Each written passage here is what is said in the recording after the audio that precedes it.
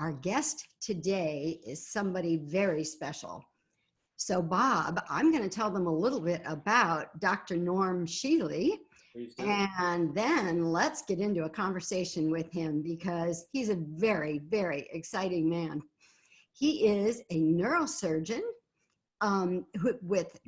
who some call the pioneer in alternative medicine. He's credited with the invention of transcutaneous electrical nerve stimulator, spinal cord stimulator, and radio frequency ablation for back pain arising from arthro something of P. Boy, I'm going to have to ask you about this, Dr. Norm, because I can't even pronounce all the words. I should have saddled you with this one, Bob. But anyway, he's the author of many books. He is a wonderful, wonderful guy, and most of you probably know him from his newsletters and his many publications over the years. At the ACEP conference this year in Baltimore, he will be doing a presentation called Advances in the Restoration of the Brain and Mind. So, all right, I think without any further ado, we need to bring Dr. Norm Shealy on board, and let's let him tell us about some of these words that I can't even pronounce. Welcome, Dr. Norm. Yes.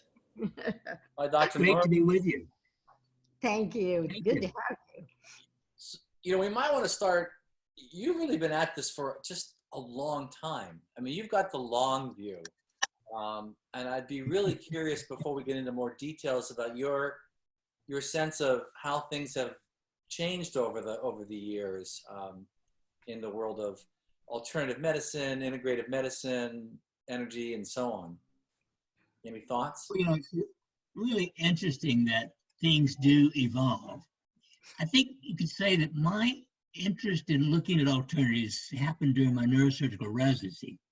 At that time, we were going into the operating room, removing the laminae of a part of the spine, and breaking off a piece of a single-edged razor blade, at least it was sterile, putting in a little snap and using that to cut the front half of the spinal cord. I was so appalled at the barbarianism of it. Now, it did work to reduce pain 85% of the time on the opposite side of the body, but 100% of the time you got more and more complications. Paralysis, loss of everything, bladder, bowel, obviously libido. And so when I finished my residency, I said, there's got to be a better way. And I spent 3 years just doing animal research on pain physiology. And I discovered that we could inhibit pain from anywhere in the body by stimulating the spinal cord.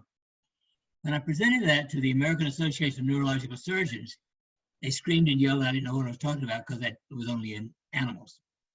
A couple of years later, when I'd done 6 patients, every neurosurgeon in the room wanted to do the procedure.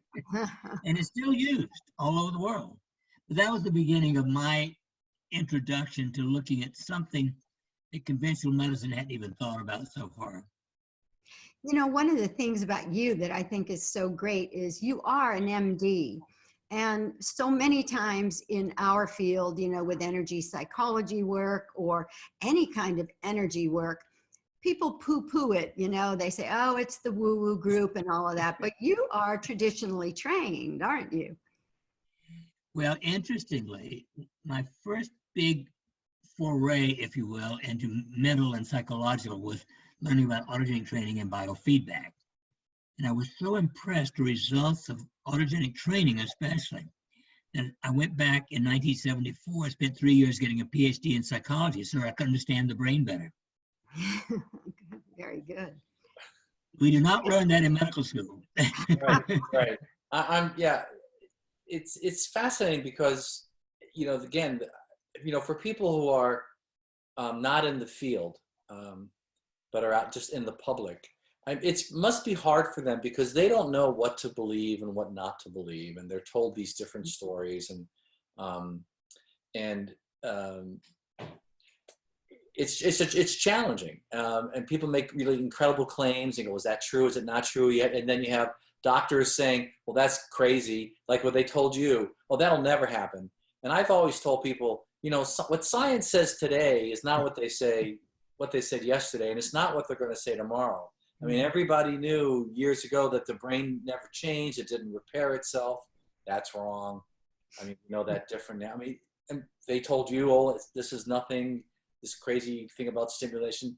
This is commonplace now. Any thoughts or comments for the public, what they should, how they be able to figure this out? I think it's exquisitely important to mention the JAMA article in July 2000, in which it was stated that the third leading cause of death in this country is medicine, hospitalization, surgery, drugs. Right. Now, Gary Null and a few published a book called Death by Medicine, and they claim it 3 times with that article in the JAMA said. So even if it's only the third leading cause of death, my favorite statement is, I do not know a chronic disease for which I would accept any conventional medicine. Acute medicine, pretty good. Acutely, it could save your life. But every known drug has more complications than it does benefits. Mm-hmm. Boy. That's a really interesting point. So, Let me make sure. So you're saying that for anything that's chronic, you would not go the conventional medicine way, at least not first. Absolutely not. And I don't care whether it's hypertension or depression or anxiety or pain or you name it. Diabetes. I mean, I can control type 2 diabetes 100% of the time without a drug in the world. I can control hypertension without a drug in the world. What is your take on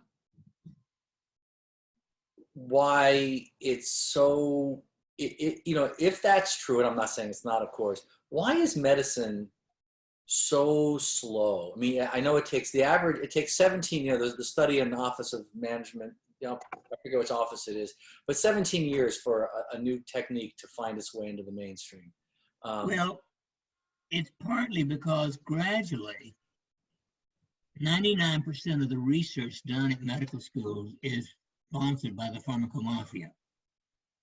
When I started the holistic medical movement in 1978, I was occasionally invited to speak at medical schools, and I found that about 35% of first-year students were very interested.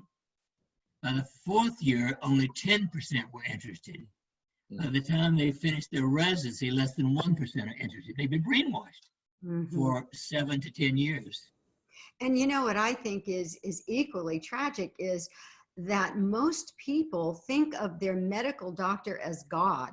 And so any advice coming that's alternative or from a naturopathic doctor or any of that, people are leery of. You know, I've worked a couple of expos for with the LifeWave patches that I love, and people don't even want to put on something that you tell them has no chemicals, no drugs before they talk to their medical doctor, because they won't make a move without the approval of the medical doctor. Well, you're right, of course. But interestingly, I've been doing this for, you know, close to 50 years now. And the important thing is I have a call-in radio show every week. And, you know, every week I get a few from people from all over the country. But 100% of my patients come to me because they've experienced complications they can't deal with their ordering physician. Yes. Yes, that makes total sense. By the way, I have to get you on my radio show. I do a show in San Diego I want to talk to you about. We're called Change It Up Radio, so we're all about guys like you. But you know what, Dr. Norman, you're going to be talking about advances in restoration of the brain at the Energy Psychology Conference in May. So what kind of advances are we talking about? Well, you know, my favorite statement is everything affects everything. And the brain especially is affected by everything. Again, one of my favorite quotes is from Ambrose Worrell, the husband of Oberworld, the great healer. Every thought is a prayer.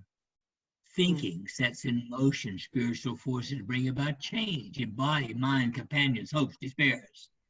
And so most people have been thinking the wrong way. And because our food industry, especially, has become so decrepit, I really consider the food industry itself as evil as the tobacco industry. Really? 80% of the food available to you in this country is junk. I would not put it in my mouth. I'd rather starve to death than eat. Wow. McDonald's and its clones. I wouldn't drink a cup of coffee at McDonald's. They put monosodium glutamate and everything, probably in the coffee too. And that's a poison to the brain. Campbell's soups are not good, they're poison. Monosodium glutamate is toxic to your brain. And that's just the beginning of it. So in the grocery store, if you're lucky, you might find a few vegetables and fruits and some meat and dairy products around the outside. Don't go to the center aisles, for instance. Good point. Yeah. So, a lot of people today are talking about cognitive decline. It seems almost like there's more, I don't know if we're just hearing about it more, but it seems like you hear about Alzheimer's all the time and dementia all the time.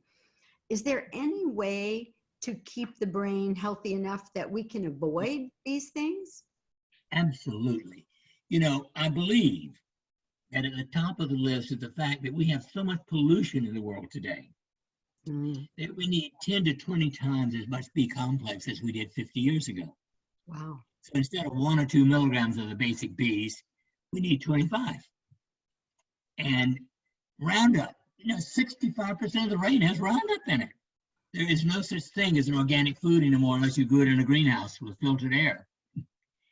Really? So, and 80% of Americans are deficient in magnesium.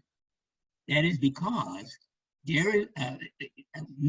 beef producers know they must give their cattle magnesium or they'll die. But the fruit and vegetable farmers don't put magnesium in the soil. So we've known since the 70s that the food in your grocery store is deficient in magnesium, one of the essential minerals. So vitamin D3, again, at least 80% of people are deficient in vitamin D3.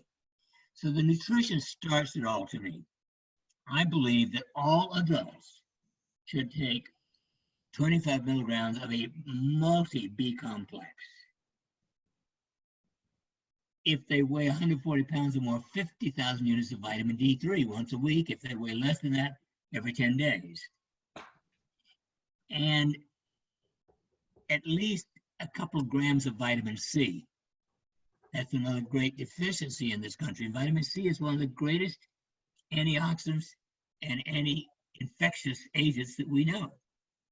So if you put a little MSM with it, by the way, like 2 grams of vitamin C and 1 gram of MSM, methylsulfonylmethane, interestingly, taking that raises your DHEA, dehydroepiandrosterone, the anti-stress hormone, 60%.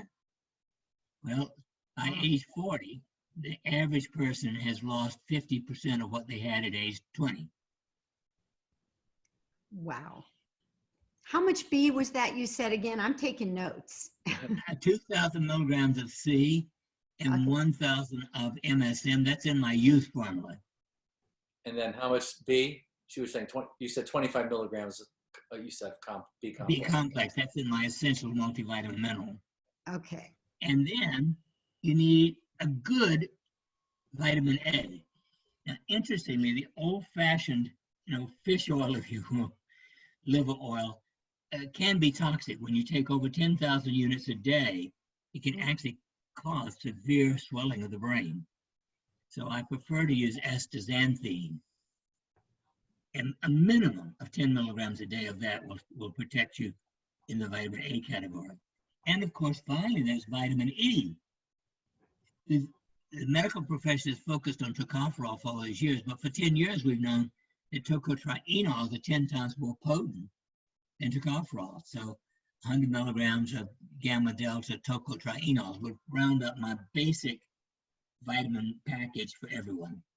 Well, I have to tell you, you are living proof that all this works, because I couldn't remember all of those names and all of those amounts to save my life. And you just said that like it was right off the top of your head. Amazing. Paula, the interesting thing is, I'm 87, but I feel 26. Mm-hmm. I feel just as good as I did when I was 26 years old.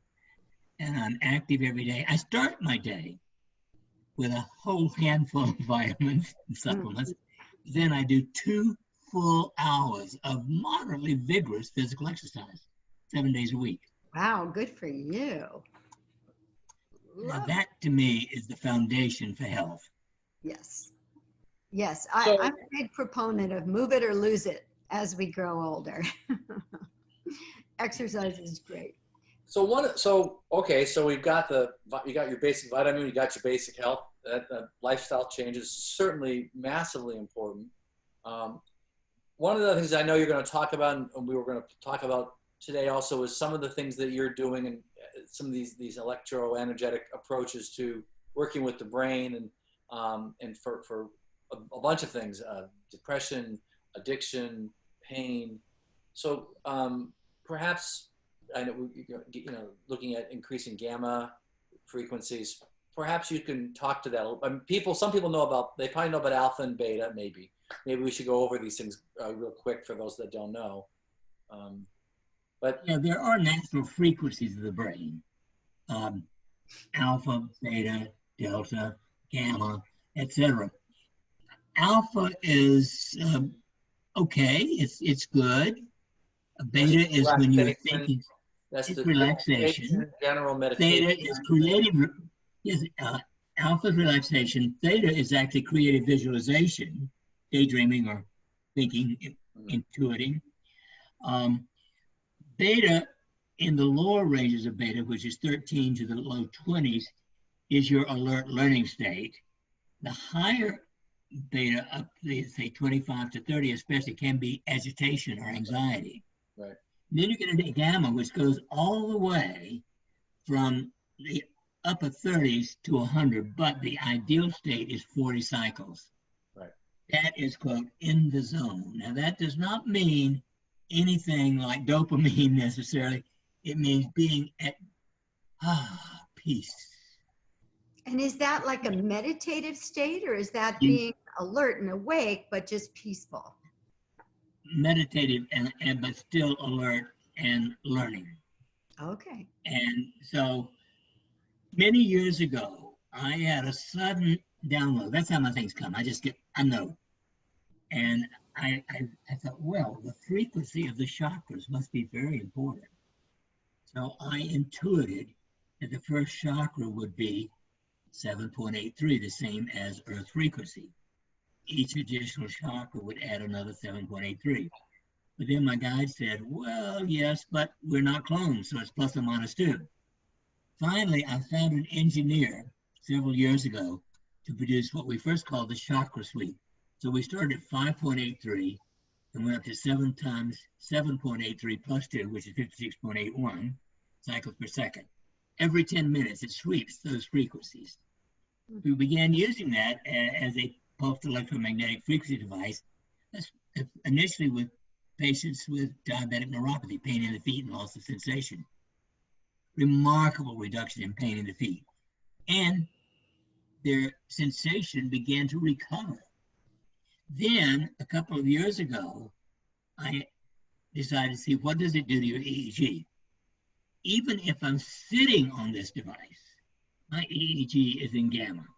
Now, if you put it on the head, it's at a higher amount of gamma, but it's still super duper gamma. So then, just 2 years ago, we took 10 long-term opioid, by the way, you're not supposed to be a narcotic anymore. Opioid is the word. Opioid addicts who've never been free of addiction since they became addicts up to 20 plus years ago. Now, they had already been weaned from it, and they were actually in prison, essentially. And monitored 24 hours a day with ankle braces and checked once a week for possible drugs. You know, at any rate, so we started having them use it an hour a day. Most of them almost immediately began using it 2 hours a day. And within 3 months, a major change in their cravings for drugs. Now they're 2 years. All of them are now out of prison, back at work, and with their families. Oh, that's great. Fabulous. Now, I have used it in a number of other things, including early Alzheimer's or memory problems. One woman who couldn't even tell me the time of day, within 1 month came in and could give me all of the seasons and the months of the year and all that kind of thing. But my favorite story of all is a man with the most advanced Parkinsonism I have ever seen. He was brought in a wheelchair. He was so bad that even with 2 people holding him up, he couldn't put his feet on the ground to get him on the exam table. I sent him home to use this 1 or 2 hours a day. A month later, his wife came in and, "Doc, come look." I walked to the door of my clinic. He walked 40 feet into the clinic. That much improvement in advanced Parkinsonism. So it seems that this is good for almost any dysfunction. Now, we know normally the healthy cells of the body have a minus 70 millivolt charge on them. When they're ill, most of the time it goes down to minus 60 or minus 50, even and they become hyperexcitable. If they go to minus 90, you're almost dead. They don't function at all. What this does is put the cells back into the minus 70 millivolt charge, every cell in your body. That's why it can affect every function and every symptom, because it's restoring normal electrical charge. So are you saying that this, is it a mat, Dr. Norm? I'm not sure I understand. Is it a mat people lay on? Actually, it's a coil. It's about this big. It's a copper coil run by a little machine, and you can walk around. We've now got a portable you can walk around with it. Initially, we had a plug-in device, but it is, you can put it anywhere in your body. For instance, I was on a national television show a month ago, and the host had significant neuralgia in her hand. She put it on at the beginning of the program, and within 10 minutes, her pain was mostly gone, that kind of thing. Wow. So you're saying that by balancing the frequencies of the chakras and the cells and everything, all these amazing results occur? Exactly. Wow. Now, obviously, I always encourage good nutrition as well. And I try to get people to practice autogenic training. That's the most difficult of all. Ideally, it should be 18 minutes a day, twice a day, for 3 months. That retrains the brain. And when you do that, we'll really practice it. You get to the stage, who cares? If you can't change it, why waste your life energy on it? I've now made an 8-minute one, and for many people, they will do that when they won't do it 18 minutes. And it does retrain the brain, but you do have to practice, because most of my patients are not 20 years old. They're 50 to 80 plus year old. So I think you were reading somewhere that you were saying that the PEMF device also has, and putting people in these frequencies also shifts the telomeres. Actually, the or PEMF helps them grow. That's helps them. No, that's different. Way back in mid '90s, I created something we call the Rejuvenatrix. It actually is not the PEMF device. I call it the Rejuvenatrix. Okay. Human DNA resonates at 52 to 78 billion cycles a second. We don't lose that frequency, but we do lose the 1% of our telomere length every year. In a healthy person, we are genetically programmed to live 100 years, and obviously some people go beyond that. The average American dies at 79. So since 2006, I have found 3 different ways which can regrow your telomeres. First of all, just lying on this mat. Now, this is a mat. It's a mattress. I'm about to make it into a cushion, so you can sit on it all day. Just having 1 hour out of 24 on the Rejuvenatrix regrows your telomeres 3.5% average instead of shrinking 1% per year. Then I started applying these frequencies a minute to each acupuncture point in certain circuits, like fire, which raises DHEA, earth, which raises calcitonin, and crystal, which lowers free radicals a whopping 80%. Well, that takes a lot of time. I mean, it's almost an hour a day to stimulate it electrically that way.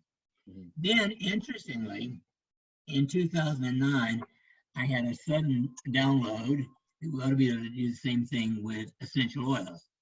So I've created mixtures of essential oils, which I call transcutaneous acupuncture.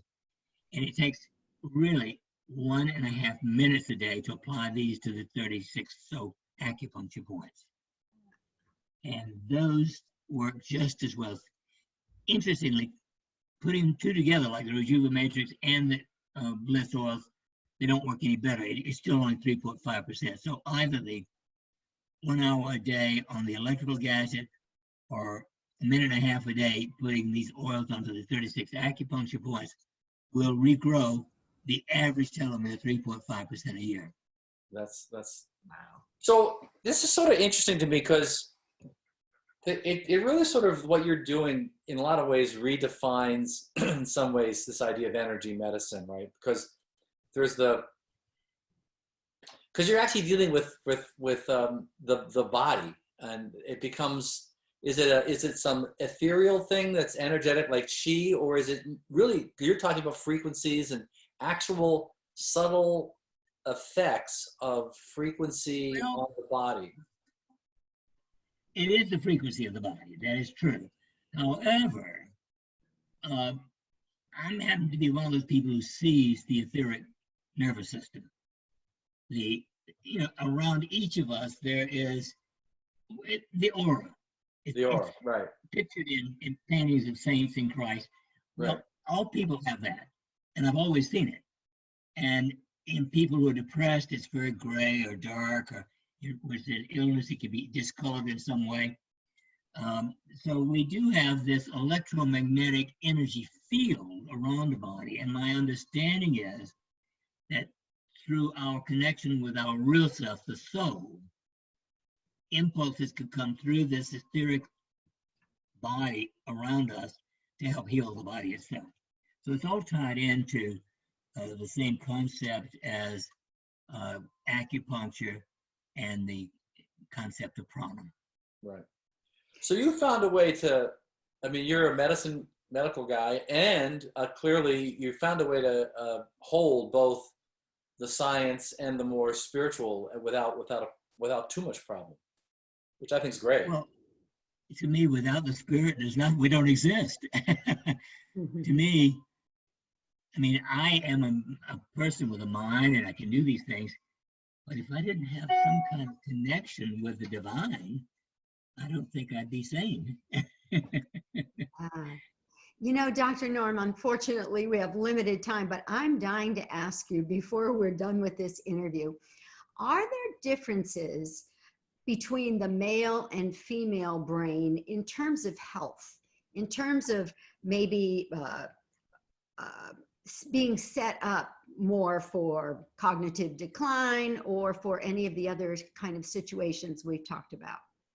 Well, it's true that women in general in this country outlive men by 2 to 3 years, average.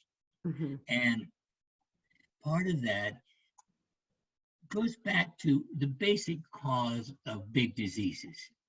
Hans Isaac did a wonderful study in the last century for 25 plus years, in which they examined over 12,000 people, got their basic personality.